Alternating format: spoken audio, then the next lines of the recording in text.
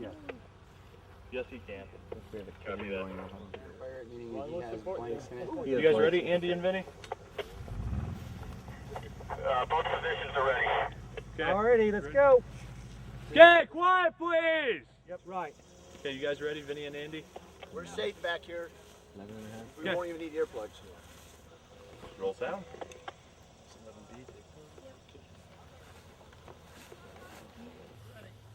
Okay. Quiet, please.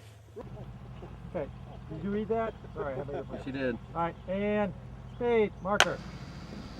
Camera is set. And action cannon. Links. Right links. Go truck. Okay, Scott, go to the truck.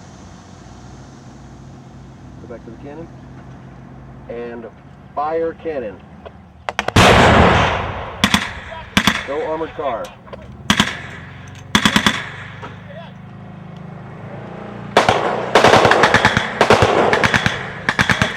I can't see anything. Cut. Too much smoke. Cut, cut, cut, cut! Cut! Oh, take one is wasted. Vinny, stop, stop, stop.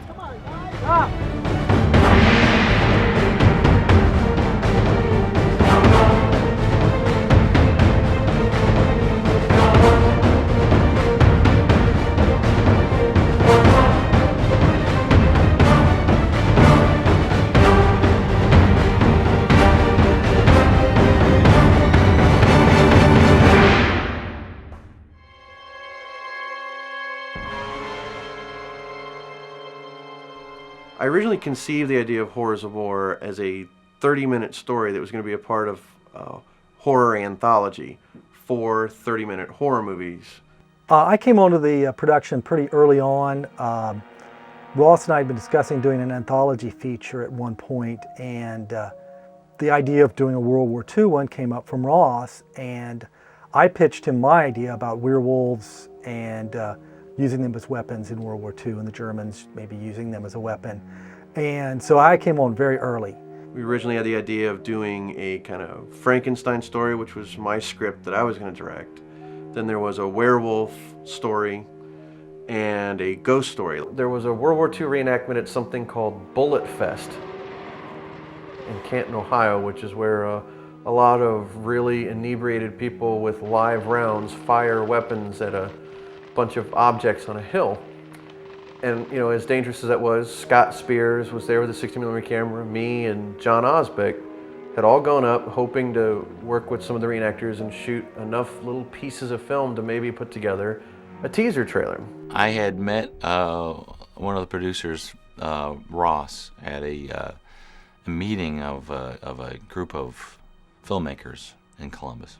And I had heard about a project that he was doing that was World War II. And I said, hey man, I'm totally into World War II. And I gave him a call and I said, dude, is there anything I can do for the movie? Are you, because I heard it was like an anthology.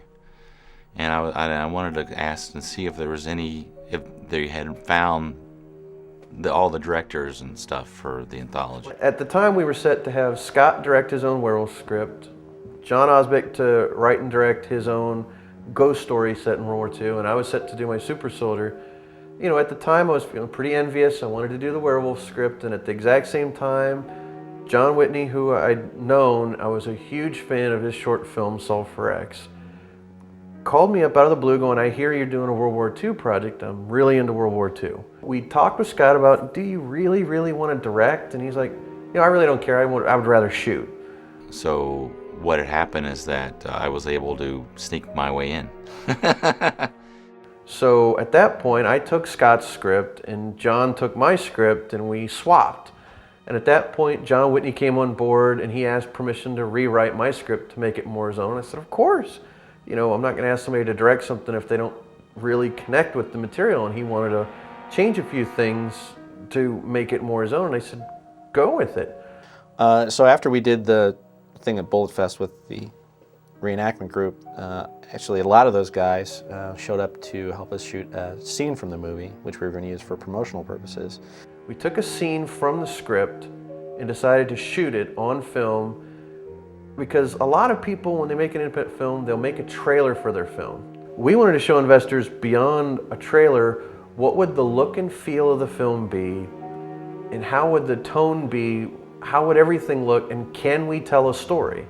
So we picked a scene from the film that we thought was kind of an all-encompassing. It showed straight World War II action with no horror sci-fi elements, and then we did a piece of it that it ends with some of the World War II sci-fi horror element in it.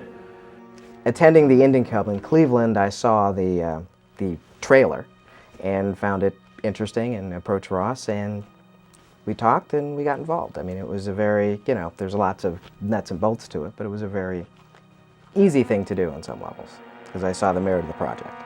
One of the people in the audience was Sean Reed, who immediately came up to me afterwards and said he would like to be involved in this film. He thought this idea and the way you execute it has a lot of potential. So we started meeting with Sean, and Sean was very helpful. He had made a feature, he lived in LA, he worked for E! Entertainment Television, he had a very good resume. He brought a great deal of experience and wisdom with him and to our film. Tony Kanda with Hollywood Wizard was someone that Sean had worked with and that he had said would be very interested in the film. We sent Tony Kanda the 3.5-minute scene and he was hooked instantly. He loved it. He took that, he immediately wanted to sign us as an executive producer and as our sales agent. Took that 3.5-minute scene to the American film market in Santa Monica and immediately sold 3 territories with just those 3.5 minutes that were never intended to be in the film. And based on that alone and the potential of the story, he was able to sell other countries on the video rights for the film. And so that really helped us get the film made. When I moved back to Columbus from California, where I worked for DreamWorks for a number of years, I was looking for a serious film project to become involved in. So I did some research and found this group of guys who had shot a complete scene for a film that they were putting together called Horrors of War. And I approached Peter John Ross about this project, and just in the hopes that I could somehow help the project or get involved in some fashion. After meeting, and I ended up somehow going from just helping to co-writing and producing and sort of uncreditedly executive producing and all sorts of things, production design, makeup, throwing blood around the set, all kinds of work. Eventually, when we started working with our executive producer, Tony Kanda at Hollywood Wizard, he did not like the idea of an anthology movie and pushed us really hard to not have it be an anthology. So we really wrestled with ways to try to make it not so much an anthology piece.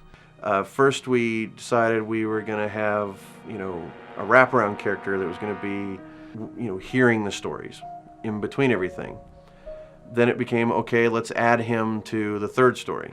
We took the main character, which is the Schmidt character, and we decided that we were going to make him the lead character in all 3 films.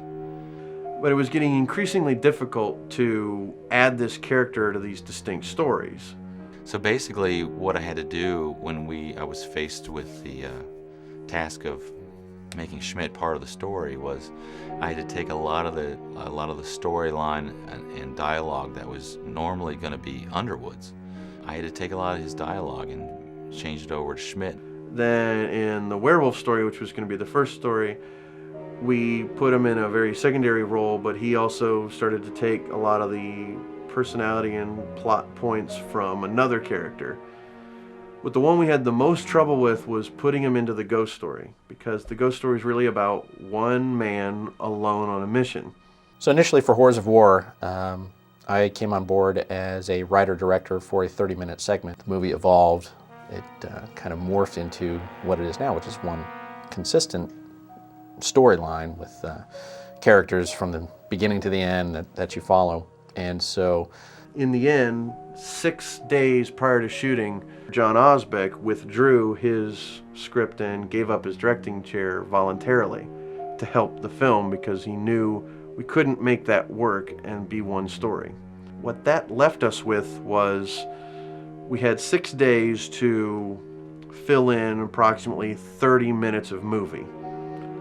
and we took some scenes and expanded them.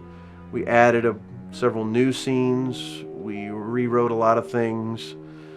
But it was not as challenging as trying to work in the Gary character, which we decided that we had to have 2 characters go through the whole thing. So we had all of these things to do, and we had 6 days before shooting to do this. In the end, it worked, and we had a screenplay, and we made the movie. You guys ready, sound? Sound is ready. Okay, roll sound. Sound speed. Scene 2, take 1. Let's kick ass, everybody. Okay. And camera is set and flipping and action. Action!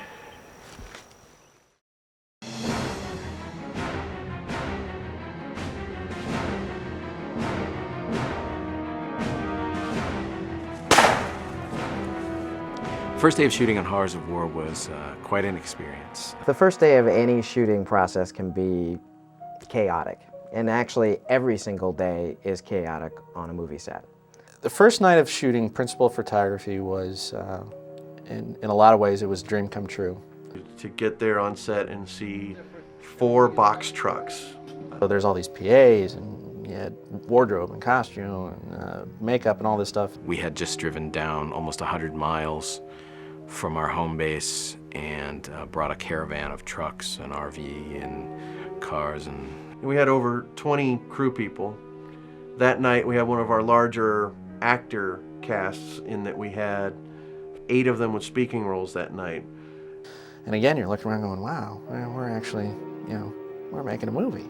all movies, can have a tough first day. You've got a crew who, may or may not have worked together before. And yet it was nerve-wracking, not just for me, but for everybody. Everybody's feeling each other out. Everybody's trying to find that rhythm, trying to find a working groove. You've got a director who has worked with some of these people before, but not others. And we chose, for scheduling reasons, to do some of our toughest stuff on the first night. That involved, blank firing weapons. It involved an armored car. It involved night shoots. It involved makeup. It involved creature effects makeup, action. It involved props, dead bodies. Everything that you can think of in a film that involves war, science fiction, horror, action, drama. Everything was there. And we had, some character moments that we had to nail too. Imagine doing all of that on the first day of shooting, and a lot of people there had never worked on a feature film before. We pretty much had everything go wrong that could go wrong on the first night of shooting. We were doing a magic hour, which is like sunset scene, which means you have approximately 40 minutes to shoot what would normally take 4 hours to shoot. Then we had a night shoot, which meant a lot of setup, a lot of lights. We were doing a night shoot, which you're kind of taught never to do difficult things up front, and you're kind of taught not to do things at night, but we couldn't really avoid it, so we were situated that way. And I had one big nightmare, which was the centerpiece of the whole night shoot was a German armored car. This is one of the things that, we had chosen to give kind of atmosphere to the scene. It was the centerpiece of the scene in that it was the only set piece not brought to us by nature. And I just kept having a nightmare, a real anxiety dream of I'd get there and for whatever reason there would be no armored car. Well, we set up and we shot at Magic Hour, and we got the majority of the scene shot. We had one shot we didn't get before the sunset. I was informed at 9:04 p.m. because I remember looking at the watch and seeing that it was 9:04 p.m. We were scheduled to shoot at 10, and there was no armored car, and my nightmare came true. But then at 9:36 p.m., I was informed the armored car had arrived. Phil and Sean, the producers, had done a wonderful job of they got the armored car on set. It was a little bit late, but it was there, and we shot out everything we needed that night. And this is how I chose to start the film, which, by the way, is a first-timer mistake, to be overly ambitious on your first night doing this. Are we ready to go again?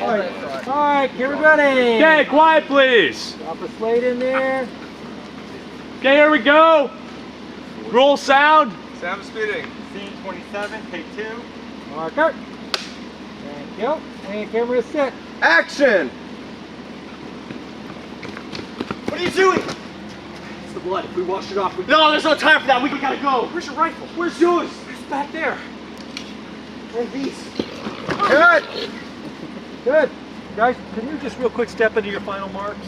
Sean. Here. Hold on. All right. It's going to be a thing where we could start where if they're on their knees, it'd be waist up, and they fall down without really hurting themselves. Right. So they could look all dynamic. So if you want to do that handheld, get that quick motion twice in a series. Yep. Then we'll set up for, again, I'd like it handheld, looking down over Will's shoulder, his reaction, and gets his hand bit and screams. Right. Scene 27A, take 2. Marker. You guys ready?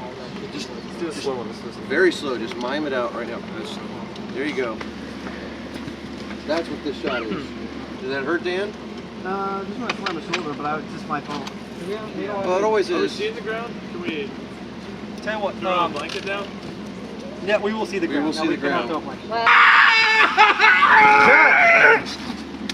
Wow. How's that for sound? Awesome.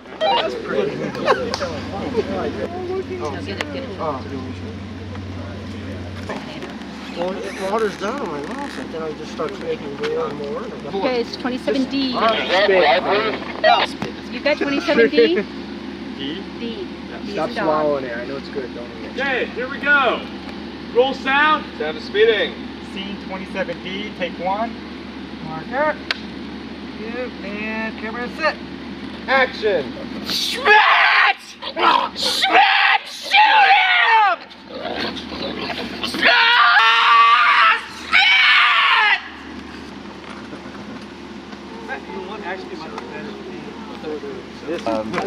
I want him to get shot in this area. Oh, like where the hole already is? So just ready to take the shot. Okay, Dan, back down. Am I getting a gun fired at me or what? Yeah. Where's the... In a lot of different The bullet will hit somewhere about right above your left eye. Where is he shooting from? I do it. He's shooting right where you're standing.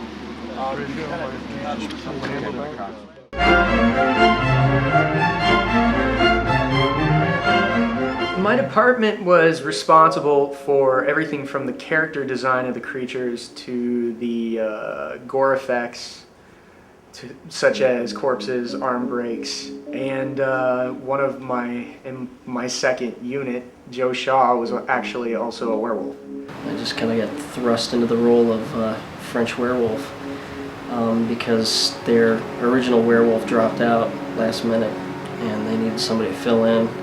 I have 13 years of haunted house experience and being in makeup, and I got a really cool growl.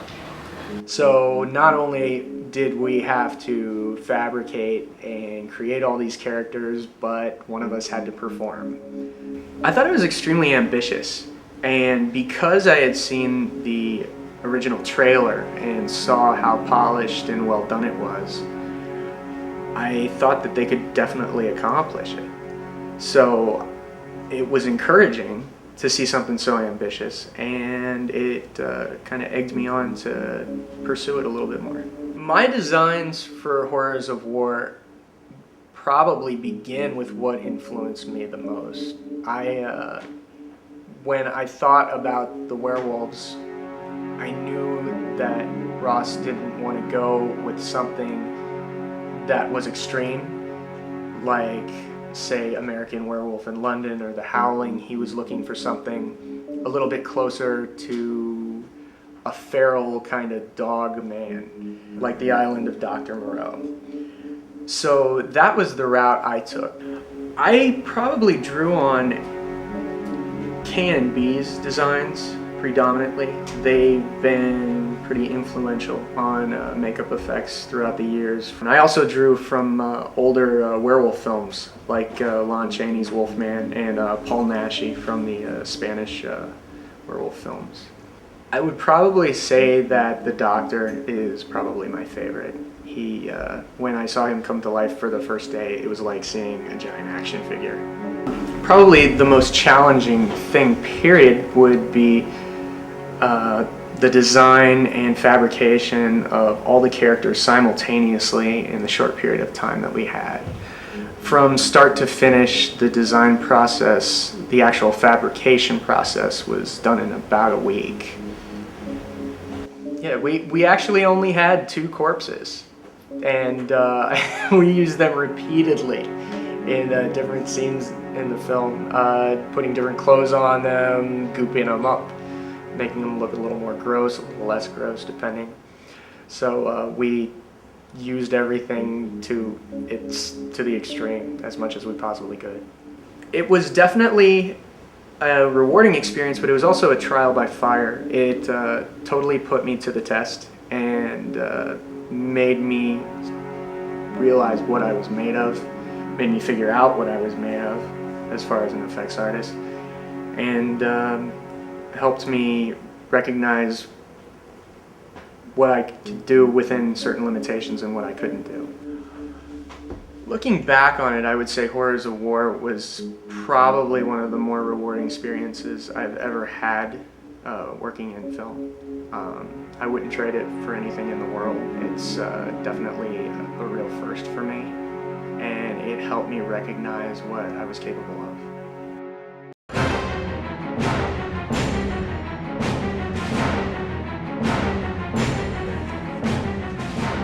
First day of Horrors of War for me was actually the 5th day for everybody else. They've been working with another director.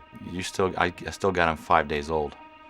They're kind of in a groove. They know they kind of worked with each other, and maybe the first day growing pains is gone for me. It's pretty much hit the ground running. Because of a couple of technical things, we actually didn't get started for about 2 hours late. If the shot had gone off without a hitch, we got it out of the way in a half hour. But what had happened is that we had a very ambitious shot. People were going, "How are you going to pull this off?" And I said, "Oh, we can pull it off, no problem." Being the BSer.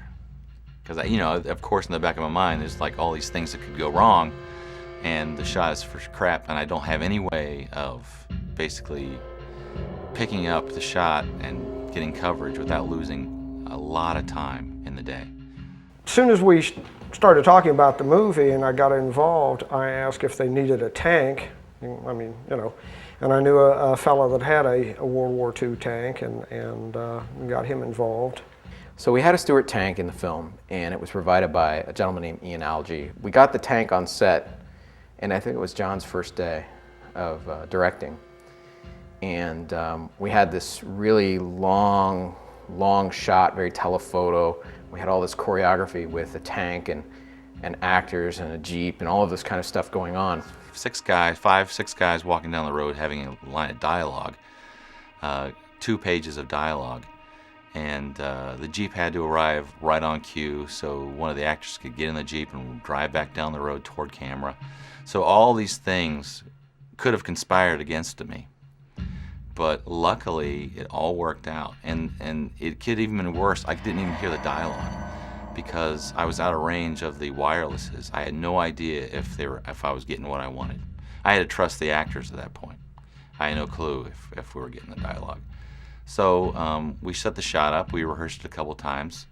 After 2 rehearsals, bam, we nailed the timing. And we nailed the timing for 3 straight takes. We only used the tank on the last take because I had asked about a tanker's helmet, and about 45 minutes before we started rolling, and the tanker driver says, "Oh, I got one, it's in my shop." And I go, "Oh, too bad you didn't bring it." And I went on, I started rehearsing and stuff with everybody. We're ready to roll, and I'm like, "Okay, you can start the tank up." And everybody's going, I'm going, "Where's the tank driver?" "Oh, he went to go get his helmet." I said, "Well, how far away does he live?" And he's like, they're all like, I think he said it was like a half hour there and a half hour back. I'm like, "Oh my God." We're already 2 hours behind schedule. One of the actors had a wedding to go to later on that afternoon that I had a scene that I still had to shoot with him at the base camp scene. And I was like I was saying, well, I guess we ain't getting no tank in this shot. So we did 2 takes without a tank. And when we were setting up for the 3rd take, the tank driver shows up. So the last take in that shot, it worked. Timing was perfect for everything. That was the one that's in the movie because we had the tank. Well, as soon as we got that shot off and John got what he wanted, we had to transport the tank 2 miles down the road on a minor highway. And so we called the sheriff's department to see if it was okay if we drove it down the road. They said sure. So here I was escorting a tank, a World War II tank, down a highway. It was driving down a highway. Here's this war machine driving down a highway in rural Ohio, and it was kind of surreal. And it was like I felt like a little kid with this great big toy that I was getting to take from one place to another to play with. So that was fun. That was really fun. Okay, once more, right away. Armor? Done? Above. Prop done. Prop done? Start here. John, what you stand on looking right now? It comes around like this. Okay. So it's not like. Do we have straps for these you okay? guns? Let me get that for you. Do we need straps for these guns, or we just hold them in our hands? Maybe too close, but A little too close. Go back. Well, he didn't have information either, so. I sent him to get some more. I know we're low, but let's see if we've got any more. You might take that into the camp so that you know Drop it if in you the need tent. it. Yeah, if you need it from coming in outside, you can give it that business of dropping in the backpack. Ryan, are we ready to eat? I'm gonna put 25 250 up. You have it? Looks delicious. There'll be kebabs also. Sweet. I love your house. Did you hear about Jason Morse's story about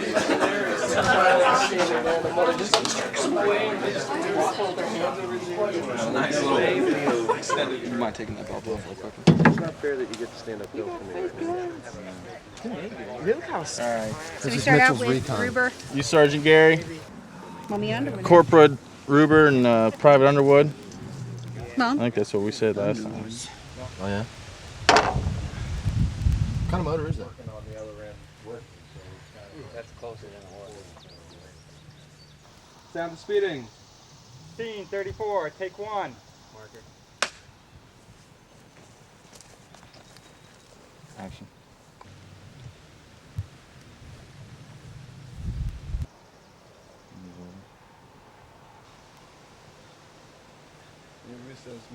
Yeah, I was just shipped in last month. Private Underwood's trying to say is we're the last of Captain Russo's men.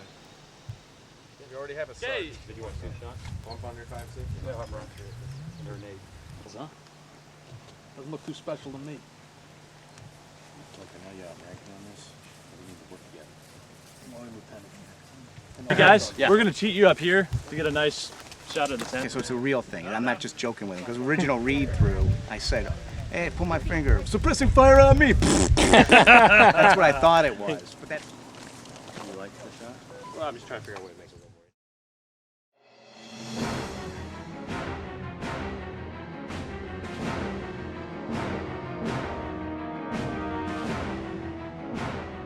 weird. These are some of the weapons that were used in Horrors of War. We have your standard early war M3 or 03 Springfield that Underwood used, and the scope that was mounted on it. This is an M1 carbine paratrooper model with the folding stock. And of course you have your standard M1 carbine with the bayonet attached.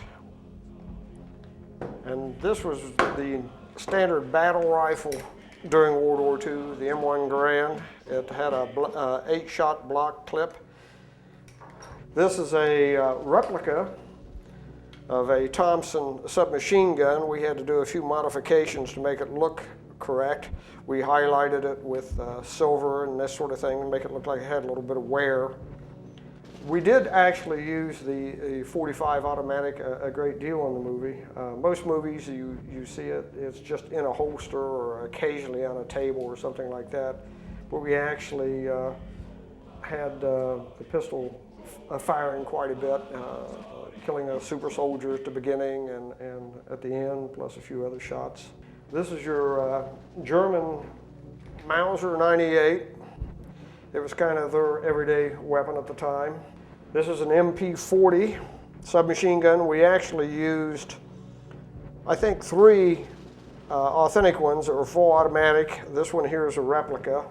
This is the German version of the 45. It's a P38 9mm pistol. This was used, we used at least 2 of these in the movie. These are the MG34. General purpose machine gun. It's on an anti-aircraft mount at the moment.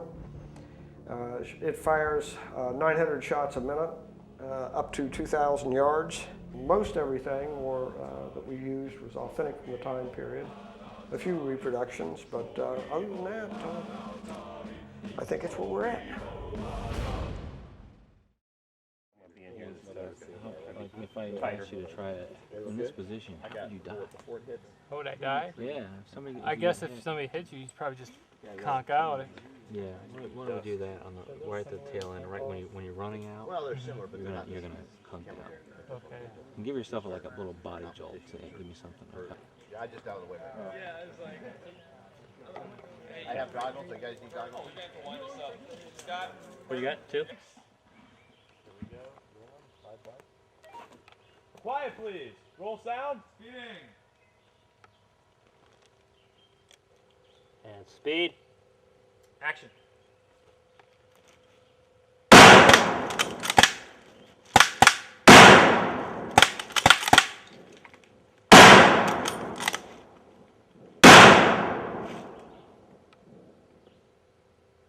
Cut.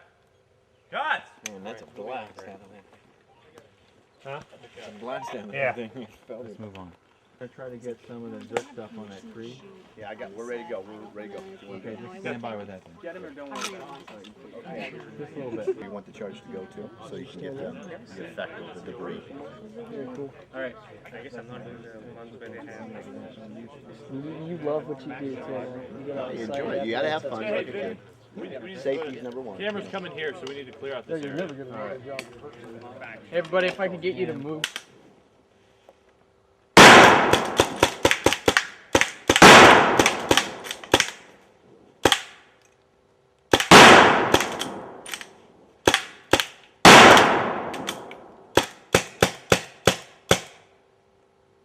Cut. Cut. Yeah. That's why. I've never.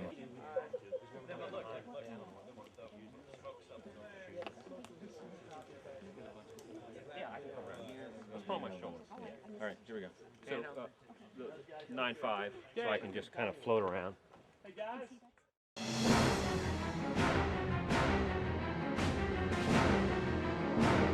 Everybody has their story about the leggings. Now, I think I have a very proud story of the leggings. I was one of the first people to get them right and became one of the guys to help the other guys get the leggings on. Leggings are what the soldiers, and they actually carried over from World War I, and long before that, they were, in World War II, they were a canvas apparatus that went around the shin and looped down around the boot. Leggings suck.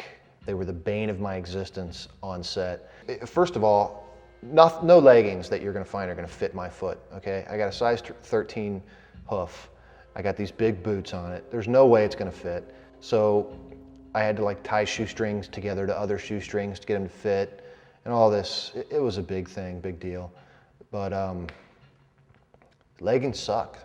There were so many great memories on the shoot for Horrors of War. You know, it was just an amazing experience, but the leggings were just, it was just awful. I mean, it was just a nightmare every day. We're gonna shoot putting them on. Every day when we were shooting, we'd have to put on leggings, and I was usually either the last one done or close to last.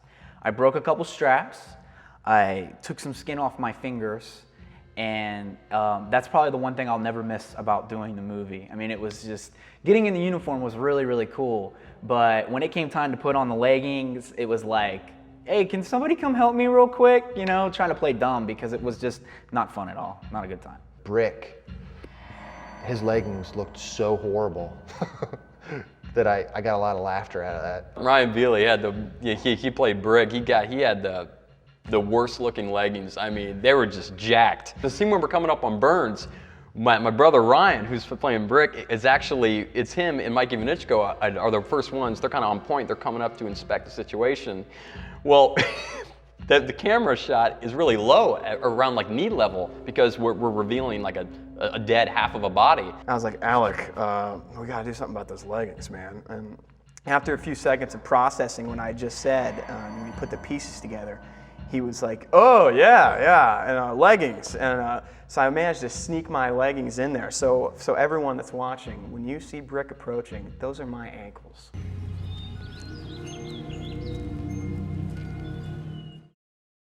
Scene 15, take 1. Marker. Cut.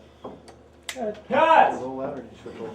No. What was that? There's a walkie on in You here. guys have walkies, have to turn them off. Only if I'm. I wasn't pulling away because you were hurting. So don't. No, I know, I just. Oh, okay. Okay. Get up. I mean, we're going to use one take or the other. Is there anybody else here? Is there anybody else here? And it's not there in this take. Well, it's not there in this take. Everybody ready? Everybody back to 1. Ask him where the man in that picture is. Est-ce que c'est le frère? Où est-il? Où est-il? Don't lie to me! I want to know right now! Il a été arrêté plus Hey, she said that it's her brother. The Germans took him, he's dead! Yeah. Ross, have you seen this picture? How many more shots do you want for here? None. Okay, they need wild lines on the French dialogue of the girls and Gary's final line. Okay. Action, Dan. Je suis un bien. Nous partons dans nos motivés. Hold on 1 second. Il n'y a personne ici, mais nous. S'il vous plaît, ne baissez pas. So we have rehearsal. Rehearsal. Everybody set? By showing you a little further out and you walk into it. And camera is ready. And call it. Rehearsal. Action.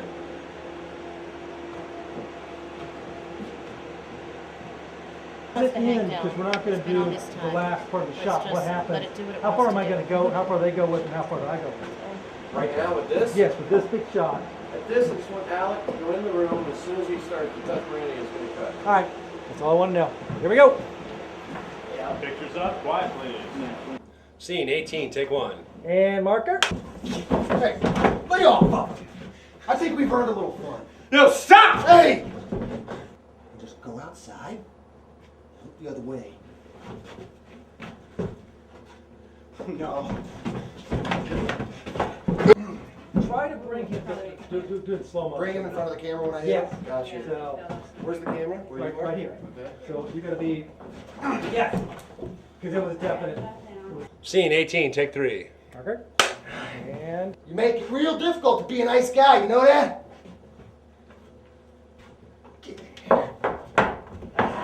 it looked great, everything looked good. Okay. Sharp as a tack. Good on you, mate. Okay, close set. We're under that now? Do I need to be here? Okay, close set. Everybody that needs to be here. Get out.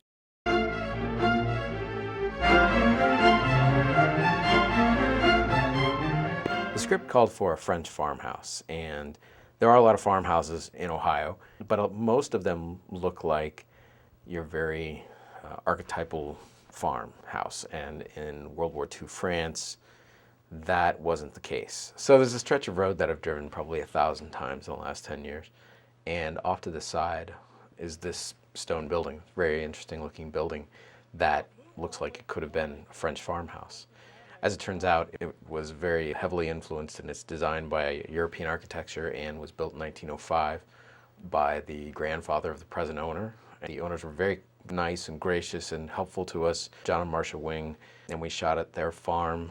Not only did we use the farmhouse for exteriors, but we used it for interiors too. And that required a lot of cleanup.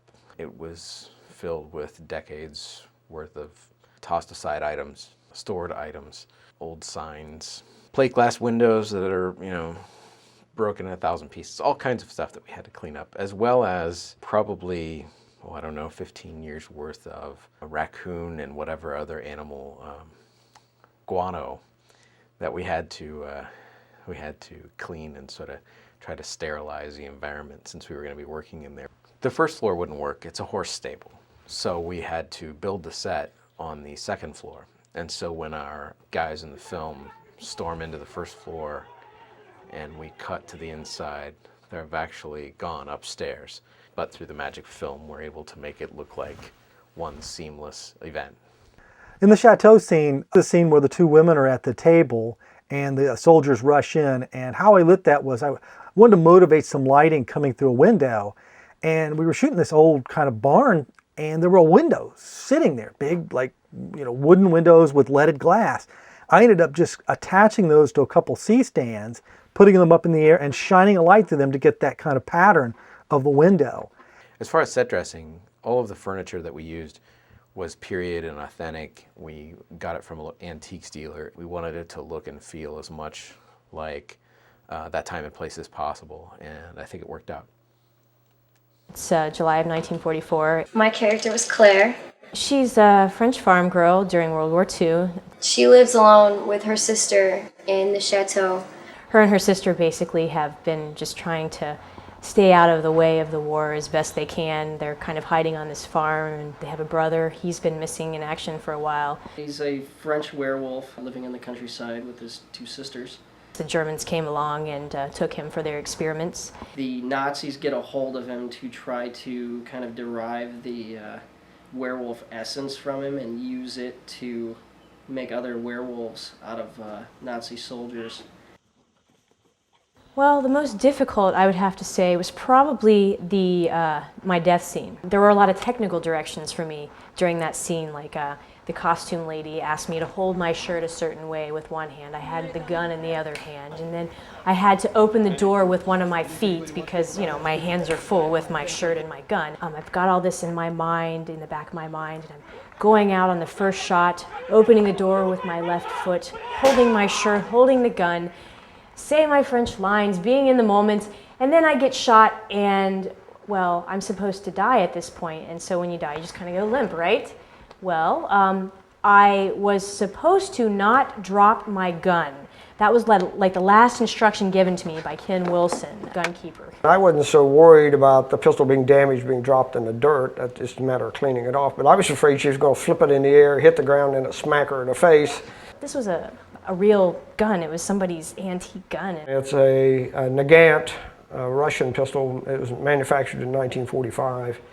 It's a very unusual pistol in the fact that it's the only revolver that can be silenced. It's a strange little weapon. What did I do? I fling the gun in the air. It just goes flinging back. It almost hits the other actress, Megan Pillar. And of course, you know, I felt really bad because here I am just recklessly throwing it, you know, at other actors on the set. And I beat myself up over this for a while. And the rest of the takes that we did 7 takes, never dropped it again. Held that thing tight. At the farmhouse location, there were some wild barn cats, but one in particular made himself known. We nicknamed him Troublemaker. Most of the cats stayed away from the filming, but Troublemaker wanted to be around everyone. He always got in the way and even attacked an actor and the camera crew. Troublemaker has even made the final cut of the film.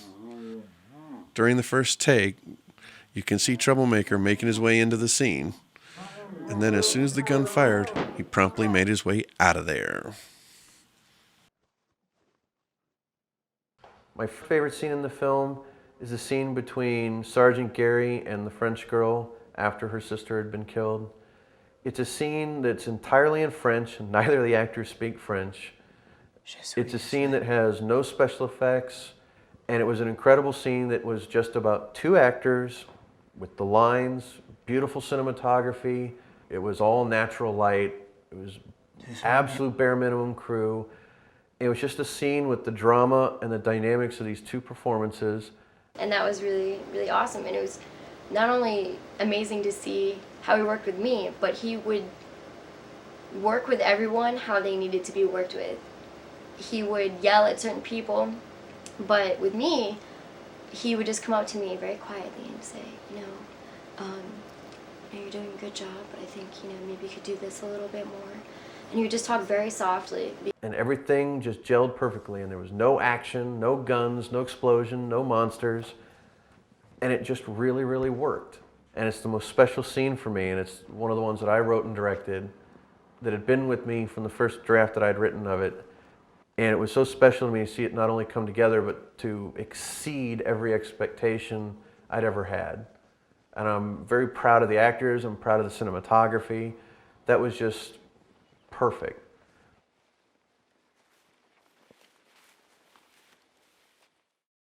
Okay, so this is our... You steal all of the soul. You don't move the blood yet. You got that dirt, you got that, you got that. So rehearsal, action. Wait until... A bunch of trucks and they knew they would lead to here. Okay. So everybody back to one on this. We're going to run through this action again.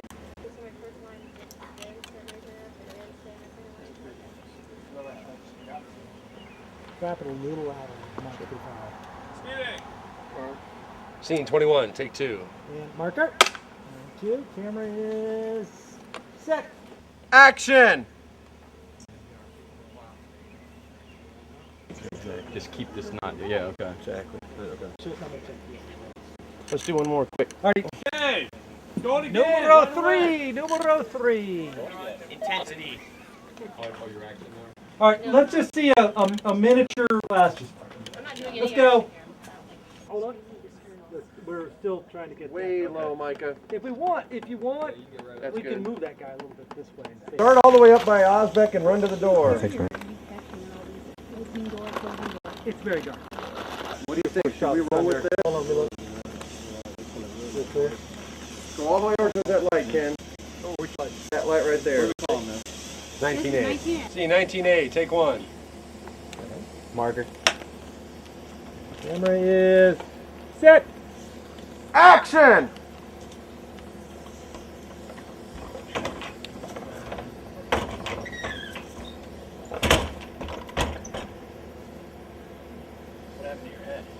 Up and out. Yeah, it's going to be mostly here. We're going to hear the wolf noise. Wolf noise here, here. That one's so close. We can give each other a nod. Grab the thing, go.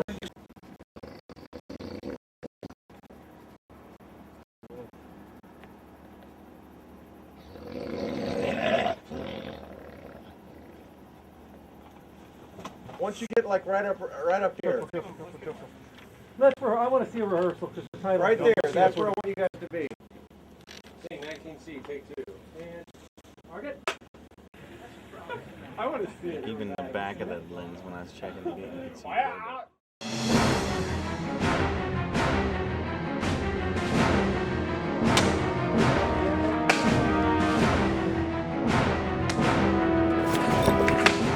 Scene 12 was another scene that we had shot out in Athens County.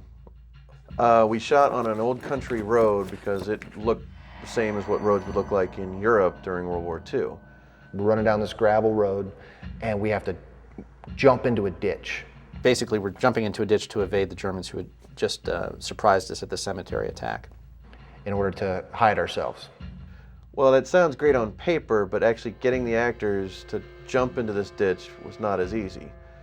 It's something that I enjoyed doing. It was a lot of fun for me. Dan Kiley was real apprehensive. He didn't want to jump in the ditch. He was being a real wuss about it, which I thought was funny. Oh man, I still have nightmares about jumping into that ditch. There were other things involved, like giant spiders. And I'm next to Sean Vealey, and we jump down, and Sean's, we're in the middle of the scene. The Germans are coming up. It's really tense. We're trying to stay in it, and I look over to my left, and this thing is like 12 inches away from my face. It's the biggest spider I have ever seen in my life, outside of a zoo. I don't know, I guess Sean Vealey forgot that he was mic'd. Yeah, I was mic'd actually during that scene. Yeah, that was bad because the German soldiers were coming around the corner. All of a sudden I hear Sean next to me go, I don't want to alarm anyone, but there's the biggest spider I have ever seen right in front of my face. And here I am, I've got my gun, I'm like, whatever, Sean, yeah. Yeah, sure. Oh my God! You know, this gigantic, like honestly, like just almost arachno man, this big spider. Some hardened Army guys were a little freaked out by this spider. That's because it was about this big. You know, we're all kind of laughing and we all look over at the spider. It was huge, man. It was a massive spider. And then Sean got really protective of it. People would start going for it to smash it and Sean would be like, no! And Dan takes his gun, he tries to stab it, and I'm like, no, wait, we can't kill it. We gotta kill it. So I'm taking my rifle butt, and I'm trying to get it, and he's like, no, we gotta save it. So we put it in like a glass jar and we put it up on the porch next to all the food. And luckily, that entire conversation was recorded through in that take. So it's forever immortalized. Spider I've ever seen in my life. As long as he stays there, I don't care. Let's see. We shoot one take of the armored car, and as soon as it gets to a certain point, it stalls.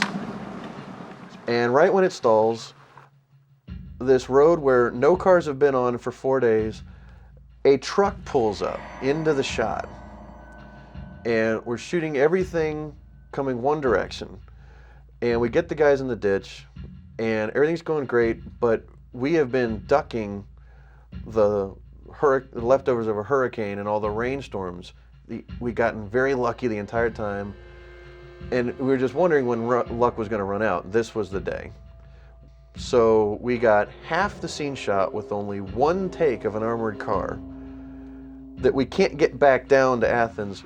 We were not intending to have this part of the cast and crew even come back to Athens the rest of the shoot. This was supposed to wrap that location for us, and we're being rained on. But what happens is we wind up getting a hole in the schedule where we can go and shoot the other half of the scene a week later. So we drive all the way back to Athens, and we shot 2 of the actors in the ditch the first week. Then we shot the other 2 actors in close-up the second week. Yeah, the first day that we filmed the scene 12 of jumping into the ditch, it was a little bit drier. It was damn near impossible to get out of because it was like this wall of mud. So every time we had to build up rocks and stuff as little steps, but there's many takes of me trying to get out of the ditch and slipping, trying to get out and slipping. And then added on to that day, it had rained, so everything was wet, so us trying to get out of that ditch was just, it was comical. You know, you're trying to slip and you're falling on your face trying to get out of mud, and but you know what? Again, when you look at that final scene, boom, looks seamless. Looks like we never had a problem getting out of that ditch. So this day, with no armored car and no Germans, we shoot everything going the other direction. We got really lucky with continuity. The actors remembered most of what they did, and they hopped down in the exact same order. So when we intercut between these 2 scenes shot over a week apart with completely different weather conditions. The magic of movie making takes 2 totally different days of shooting the same scene, makes it look like it was seamless. Bored him a little more than... That's it? Am I physically bored him, you think? Well, you did well, Schmidt. That kind of thing? Yeah. Or is it, you did well, Schmidt? No, it'd be more physically long. Well, it depends, you know, where's the door at the end, Fantasyland? I yell at you, word. Do that so the little light gets on it. Yeah, there you go. Cool. Okay, roll sound. Speeding. Scene 58, take 1. Mark. The files you recovered have been reviewed, and we've got new intel coming in. Yeah, master maybe from over here. Here, I'll Show the angle. Yeah, hold on. 58B, take 1. Marker. Hi, Gil. Oh, sorry. And Sorry about that. camera is, are you walking in, John? Yeah, yep. All right, camera set. Action. New intel coming in. Lieutenant, I hate to do this. The files you recovered have been reviewed, and there's new intel coming in. I think there's more activity going on here. This be same as like 29? Right, because they talk on top and then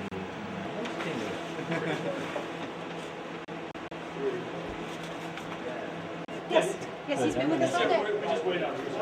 I'm thinking he might have one of those back. only stay on the kernel for this next one. Is Joe Mike? Are you Mike, Joe? No, I'm not. No, he's not. It's him and Schmidt. Okay, that's okay. I don't need his audio. So just be on the kernel. So we're not going to move. So there's no boo movement, and then we're going to cut out. Okay, I just need that clean. Okay. What one are you starting on? No, that. Just a pushing. Shot. Two. Should be shot. Gil, when you get a chance, I want to try to get a little more punch on that mat. You maybe open the door to it. Because it's really falling. Scene 33A, take one.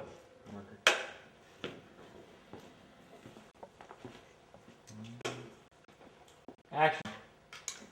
Russo, good. You want to see me, Colonel Parks? Russo, you remember Lieutenant Schmidt, OSS? OSS? Last I heard was that you were shipped home. How are we doing on film? Can we do another one off? Oh, yeah. Okay, so stop there, hold it, and take a step to your right. Okay, look marked in there.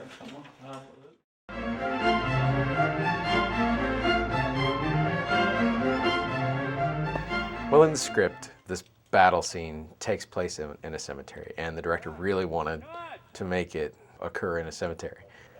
We just thought the idea of explosions and gunfire and all of that in a real cemetery just probably wouldn't be the best way to go. So we built a cemetery set. Ross said at the first production meeting that I was at, I wanted to know if anybody wanted to construct some headstones. He wanted, I think, 10 or 11 headstones, and I ended up producing 32 headstones. It was stuff that I got off of a construction site that I was working on. We found on one of our locations an open area where we could construct the cemetery, and so we were able to have a battle occur in this and not have to worry about desecrating a cemetery or anything like that. I think there's a general consensus with those of us who were in the cemetery scene that that was probably the most physically challenging scene.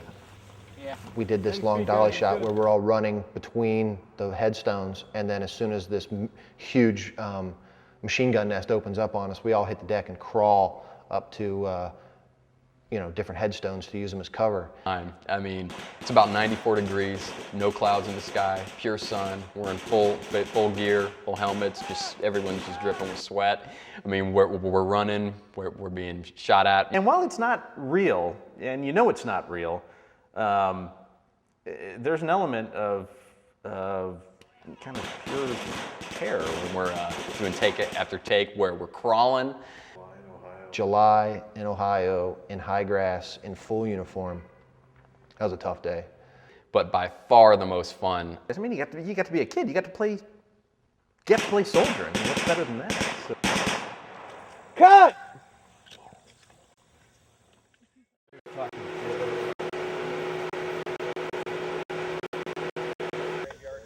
Graveyard. Small graveyard? Okay, gotcha. Minuscule, if they can see it.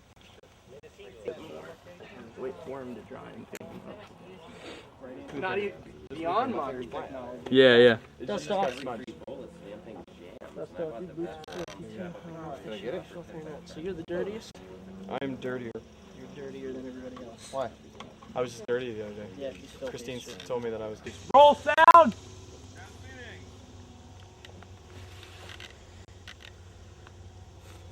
Scene 10A, take one. Marker. And set. Action.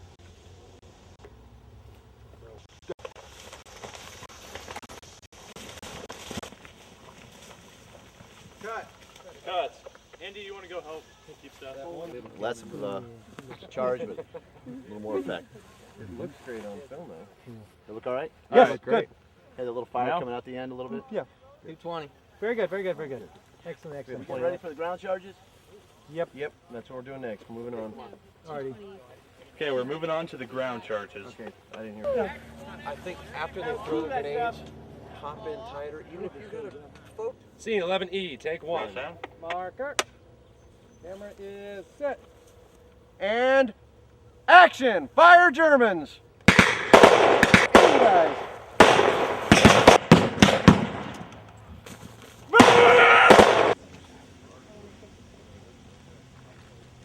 Was that good? There's for Vinny.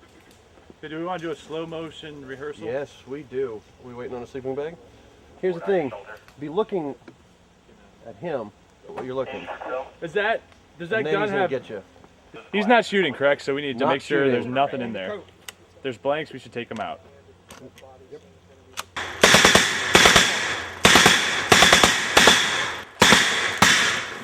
Action!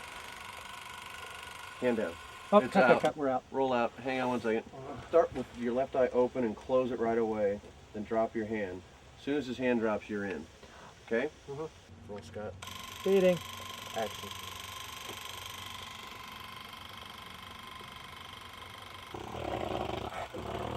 Hand lower, Micah.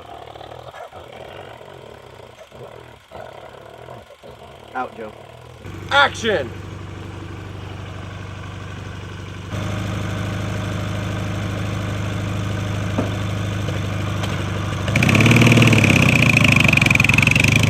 Got it. Good. Done. Let's get Dave's face as he's Coming. Yeah, saluting. We'll go this way. All right. One more time. Or wide over there. This is primarily for your. Okay, scene 9's wrapped.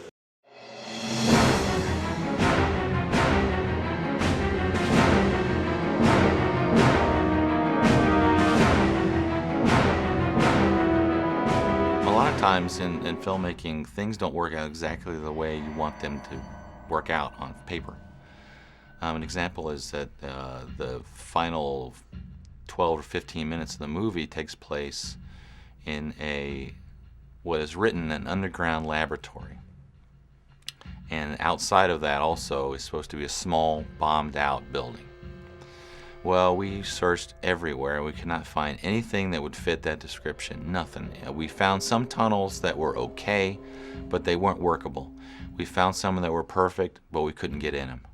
We were out there and we were scouting with our associate producer, and we still weren't finding what I thought was going to be the money shot. So I took it upon myself, and I knew it was going to cost us money and it was going to cost us time, but sometimes you have to spend the money to get the shot. So I called up Richard Ozian, who's or Oz, who's the Youngstown Film Commissioner, and said, Oz, do you have anything that's like a factory or anything? And they were able to help us with a old tire factory, which looked like it had just been strafed and bombed by whatever. It was a mess, and it was perfect for our movie though. So basically, then at that point when we got that, probably 2 days before we started, no, the day before we started rolling there, I had to rethink pretty much everything in that movie, in the last 14 pages. Structurally, it pretty much stayed the same, but because the locations were so vastly different, there had to be a different approach. We had a lot of, everybody, cast and crew, had a kind of a grueling shoot time while we were up there because it was a last-minute location that was found. Great location, awesome. But we had to adapt a lot of things on the fly, and so had to get a lot of stuff done in a short period of time. So had a grueling day before, and so we thought Friday, we were kind of told, the actors were told, oh, this is going to be an easy day. It's not a problem. I promised everybody it would be done by 4. That didn't happen. Because what had happened is that once we're in there and you start getting into the sequence and you start adding to the sequence, because if we had to take advantage of that location because it was so awesome. We ended up adding a whole sequence for an action scene of killing some Germans with an ambush, and we improvised that whole thing within 15 minutes of thinking about it, talking about a few angles, and then grabbing the camera and just shooting it. By that point, by that time, after shooting all those days, we were like a machine, I think, at that point. The last day of shooting in Youngstown, when we seemed to add a whole nother scene that wasn't part of the script, I think might have been one of the more exciting days in that sense, that it was something unexpected. I mean, we did add in probably another 2 days worth of shooting in a couple of hours. And I just remember looking at John Whitney in between takes, and he would, I think every time I looked at him that day, he was like this. Or it was like this. And so he was constantly trying to figure out, if he was getting his coverage in it. He had a monstrous job on his hands. Doing something off the cuff like that, and I think it turns out to be one of the better action scenes in the movie. I think it was shot real well, and it was exciting to do something that we weren't expecting to do. And at the end of that day, we probably added a good 30 shots that was not there before. So we had 57 setups that day.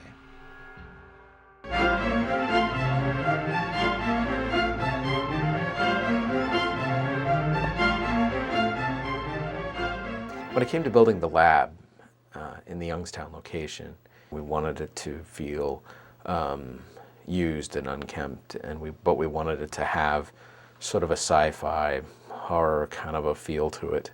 But at the same time, we wanted it not to be overblown. We didn't want it to be super cliche. We acquired lab equipment that looks period.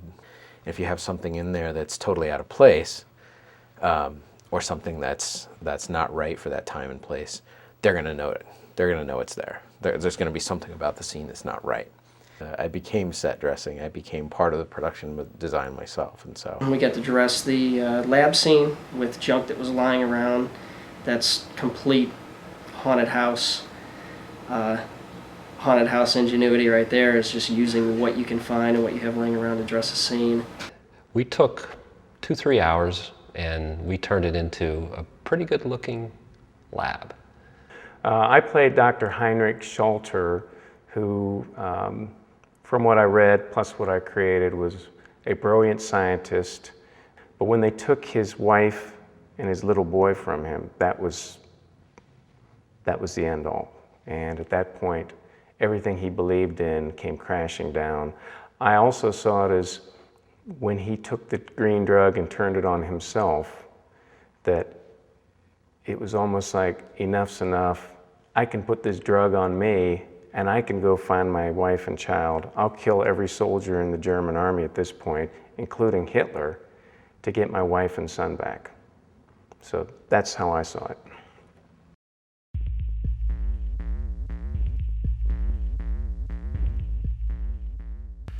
Most indie filmmakers think that getting done with the shoot is near the finish line, but the truth is you're not even halfway there. Post-production may have fewer people, but there's the edit, color correction, music, sound effects, the sound mix, online editing, and more to do.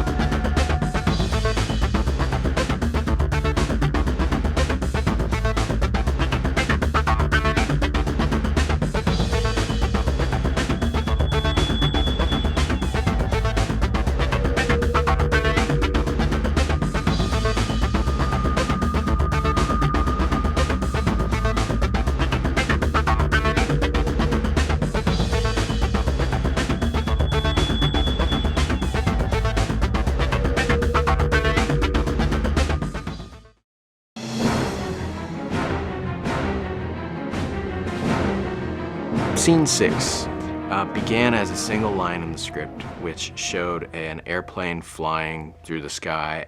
We needed to transition from tent to our paratroopers are on the, unstrapping a parachute. Don had posted a special effects shot that he had done that was just of a horizon. Coming from a visual effects background, I looked at it and said, this will sell right away. This will look real for what we're trying to do. And so we talked to Don about doing a CGI aircraft and would that work, and he did some tests for us, and the tests came in looking very nice. And as it evolved and he worked on the models and worked on the surfacing and the lighting, it became something really special, I think.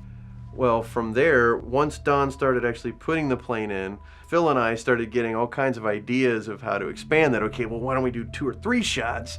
Why don't we see the flak burst going off? Don even came up with, why don't I catch the engine on fire in a close-up? Don brought a lot of ideas to the table too. We originally didn't have paratroopers in the scene. We didn't have the guys jumping out of the airplane. Don showed us a test, which looked amazing, so we were like, okay, rewrite. And so because we had action inside, we needed to try to find a set for an airplane interior, and we looked locally. And then Phil had, found an airport museum that actually had a B-25 Mitchell. And we were initially going to shoot inside this plane. Well, the interiors wound up being extremely small and cramped and wouldn't have really worked as a double for the C-47 plane. We didn't have exactly what we needed, so we ended up building a set. Shot the same set piece from 2 different angles with different actors interacting with each other, and that became the inside of the airplane. This was a scene that wasn't fully written during principal photography. Again, it was 4 short descriptions of what happens to an airplane from the outside as it's under attack. Even before we'd committed to doing pickup shooting, Phil and I started brainstorming about what do we want to do with this scene.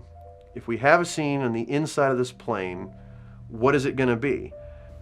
Once the script needed to be expanded and we really needed to bridge a certain gap in the film, we expanded this scene, and it expanded to like a 1.5 pages of interiors and exteriors and dialogue of understanding the mission that these GIs are on. Well, for us, one of the centerpieces of pickup shooting was what was now scene 6.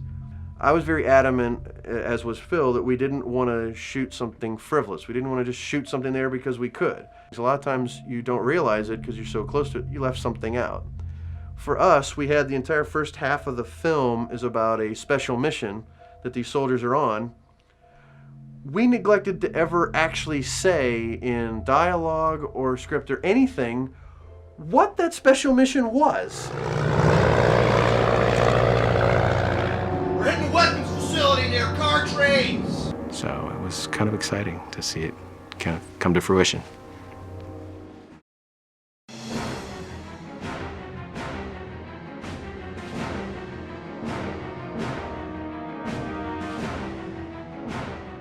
Deleted scenes are just something that happens with pretty much all movies. You shoot things, you have the greatest of intentions, and they don't always work out. There was a scene that, we had this scene where we knew we wanted to have an action beat, so we wrote one in, but then in looking at it in the cut, it came across as we just threw an action beat in. How many? And so when it came time to trim it, the problem was we had, John Osbeck and Joe Lorenzo standing here.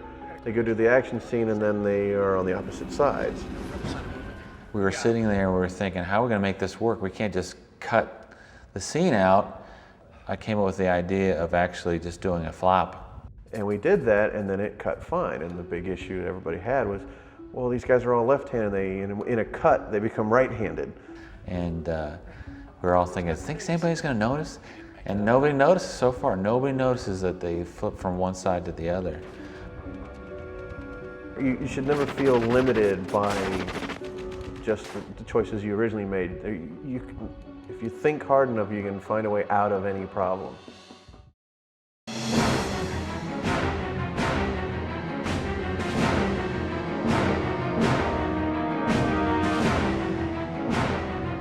We did something called ADR, which is additional dialogue recording. It's also called ADR. It also stands for automatic dialogue replacement. Hey, you see that? The actors would stand in front of a monitor and mimic themselves, either by imitation or just washing their lips. During shooting of any movie, sometimes there's too much noise from traffic, generators, action, and sometimes even the film camera itself. So you have to re-record the dialogue. Intercepted a communique en route to Berlin. We've learned he has scientists. The great thing about ADR is it allows you to, in a sense, rewrite dialogue, rewrite scenes if you need to. If you have a character whose back is to the camera, you can record dialogue with that character that helps to further illustrate a point that you're trying to get across in the scene. Bricks down! After editing this scene, we realized you can't tell the German super soldier was being shot. In ADR, we were able to add a line saying, to emphasize the super soldier's invulnerability. I think so. It's hard to tell because ADR is another chance to rewrite the script. He turns to you and you say, monster, I think. okay, stand by. And once all that is done, that process is done of recording that dialogue, we'll take it onto the Avid and we'll cut it into the show on an ADR track. And that preps it for our post-sound guys, and they'll take that and they'll sweeten it up, make it sound like it's part of the movie. And that's ADR.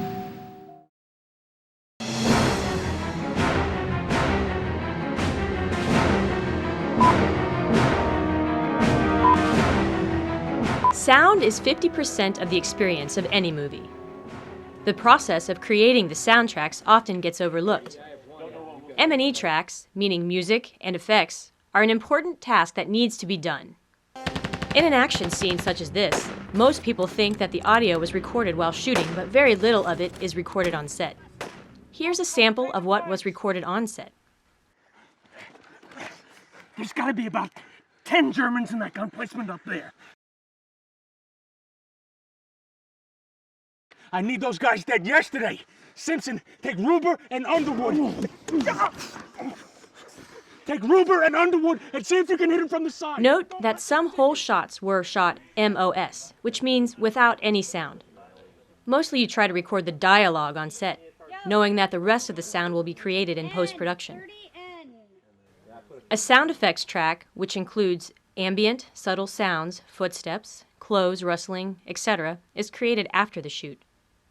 Most scenes have a natural ambient sound that most people overlook, like the wind, birds, or vehicles. Music can reflect the emotion and intensity of a scene. All right, suppressing fire. On me. Now! It's go time.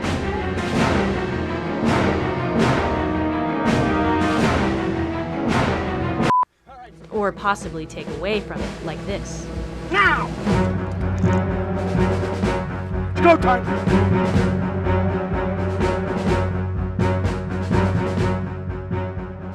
The reason you make sound effects and music tracks separate from the dialogue tracks is so that you can have all the sounds, and when your film is dubbed in foreign languages, all they have to add is replaced dialogue. Like so. I thought you said there were only 3 or 4 of them. That's what Frenchie told me. Damn it, Simpson!10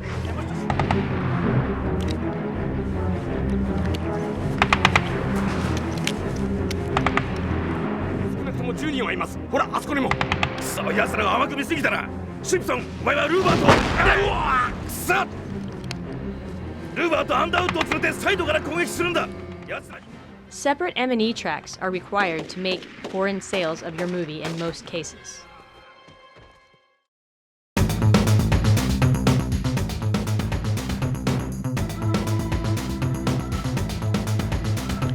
We decided to four-wall the movie. That is, taking it to 10 cities and screen it ourselves at movie theaters. New York, LA, Seattle, Austin, Indianapolis, San Francisco, Las Vegas, pretty much coast to coast. Then we submitted it to film festivals and got into over 20 festivals and genre screenings.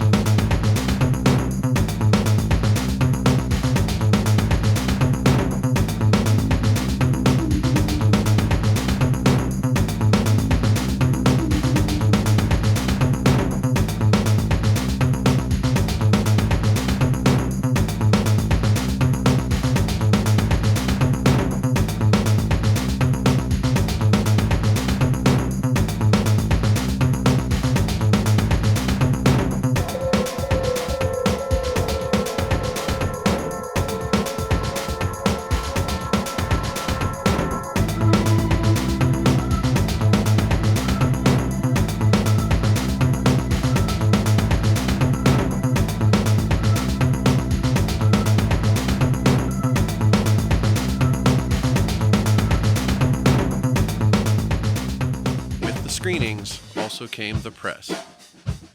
We had a lot of local media and even national and website media. Sites like Ain't It Cool News would do a review of the movie.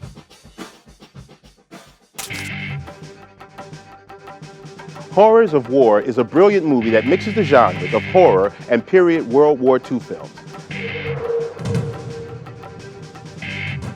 Now we could spend the rest of the show talking about how you took $1 million and made it look like a $40 million film, if not more.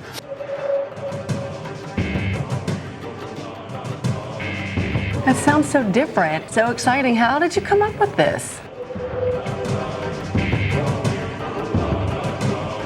First of its kind, a World War II horror movie described as a cross between Saving Private Ryan and The X-Files. He and other local professionals just made an independent movie here called Horrors of War. It's certainly the most original idea you're going to see on screen this weekend. These guys even managed to do this stuff. Look, cool digital effects work.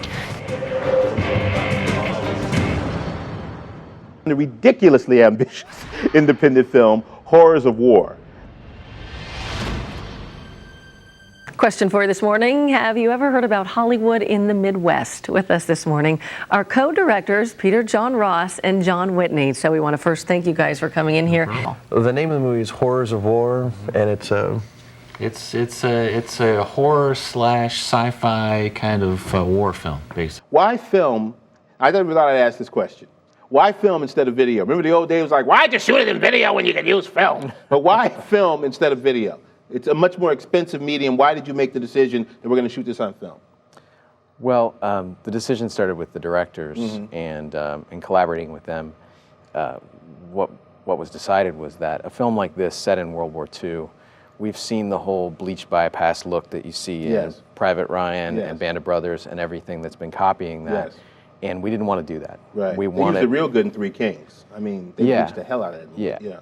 But we wanted to do it on film because it was a period piece. We wanted to have that magical quality that film gets for you. Right. And then that combined with, you know, as far as marketability and sales, film still has a... it's cachet. Yeah, so when you did your foreign sales, it helped. Because you've already pre-sold the film. Right. For distribution in some foreign markets, right? Right, correct. Go Ohio. Go Ohio. Now, cool. Now, you know what? It looked like you guys had a blast making this film. Did it feel like playing Army soldiers in the backyard when you were kids at some point? Yeah, definitely. It's all your little kid dreams come to life, you know? Yeah. Right. Yeah, it really is. Now, when they gave us the guns, I think. Yeah. Now, did you have any military training? Because you guys looked like you knew what you were doing with the guns. You didn't look like you were clumsy or a gun or what have you. We had the benefit of some reenactors who kind of got with us, and they took us on basically like a 8-hour course, and we kind of learned the weapons. But not too much training, but just enough that we could build on that with our own research. Yeah. See, that was brilliant, I thought, using the reenactors. Yeah. Because we know about the Civil War reenactors, but maybe not a lot of people know about the World War II reenactors.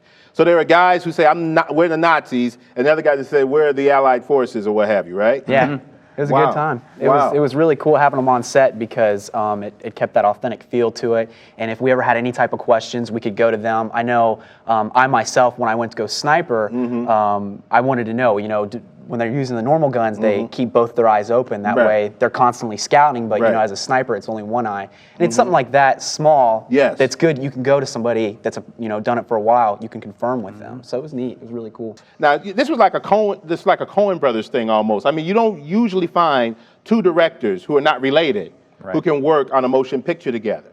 So I understand this came about because originally you guys were going to do like 3 shorter films, and it just kind of transmutated into one long film, and both of you directed half of it, right? Correct. How did this whole thing start?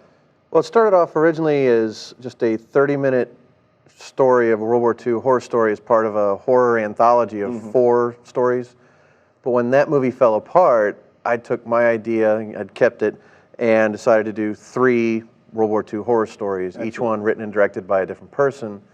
But eventually that came to be that we just did 1 feature, but we still had 2 directors, so I directed the first half, John directed the second half. Now that's pretty He felt unselfish. guilty about dropping me, that's what it was. He didn't want to drop me, so. The first place to release the film was Japan. It cost $45, but that was worth it to hear the movie dubbed in Japanese. 1944年6月6日女が2人です男の気配は大丈夫だろうな大丈夫 You get excited to hear your movie in another language. ここに隠れよう他にいい場所がありますここじゃ見つかりやすいここに決めたんだよ The Netherlands, Luxembourg, Belgium, Germany, Malaysia, and several other countries followed. In Germany, they digitally removed the swastikas from the DVD art. Eventually, it came out here in North America on DVD. Another milestone was seeing the DVD on shelves at Blockbuster.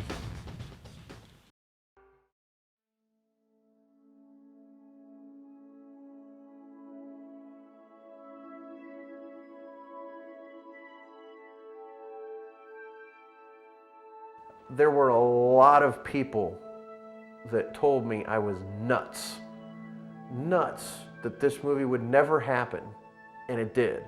There were 50 people ready to tell me that this movie is not possible with the budget you're going to shoot with, and we did it anyway. I think given the challenge of making an independent film, truly independent, with this scope, this vast scope, set against World War II and all of that, everything that goes into that, I think that given all the hurdles you have to overcome, we really accomplished something with this film that we can all be proud of. You know, it was fun to be with the guys. We were out there tromping around with guns and explosions and tanks and, you know, it's like playing Army. And that's a real pleasurable experience when you get to do something like that, to go out and play Army and have things moving around and blowing up. Working on this film was a joy. I mean, it began, you know, 3 years ago as a concept that Ross and I were punching around, and it developed into this anthology movie, which later developed into this full feature, this fully world about soldiers in World War II dealing with monsters. From the very beginning, once I got on board, I was excited, and each day that I got to shoot and be involved with the crew and everybody's hard work, it just grew and grew, and I really enjoyed it. And once it was finished, I was actually very proud of the work. It was great to have somebody come up and say, it looked awesome, great job. For once, you felt everybody was genuine. I got to work on something that everyone, 99%, I'm sure there were people who just kind of came in and did what they did, but it seemed like the majority of people and all the people that mattered really cared about this project. I had a great experience, and especially working in my home state of Ohio on a feature-length film. I mean, that doesn't happen every day. Just being able to be a part of it and seeing what it's become and where it's headed it's been an incredible experience, and one that it becomes an addiction. When you get done with principal photography and as an actor, you don't want to leave. Looking back in 10 or 12 years, that this is going to be the project that helped out myself and Phil Garrett and Peter John Ross and Sean and everybody, and Tony Canda, everybody involved will look back at this project and think, well, you know, that's the one I think that really keyed it off. That's basically the touchstone project of our careers. Everybody that worked on the film had something to prove to themselves, prove to their friends and family. There isn't really a film industry in Central Ohio, and yet we managed to pull off an incredibly ambitious movie. It has its flaws, but we pulled it off, and we told the story we set out to tell.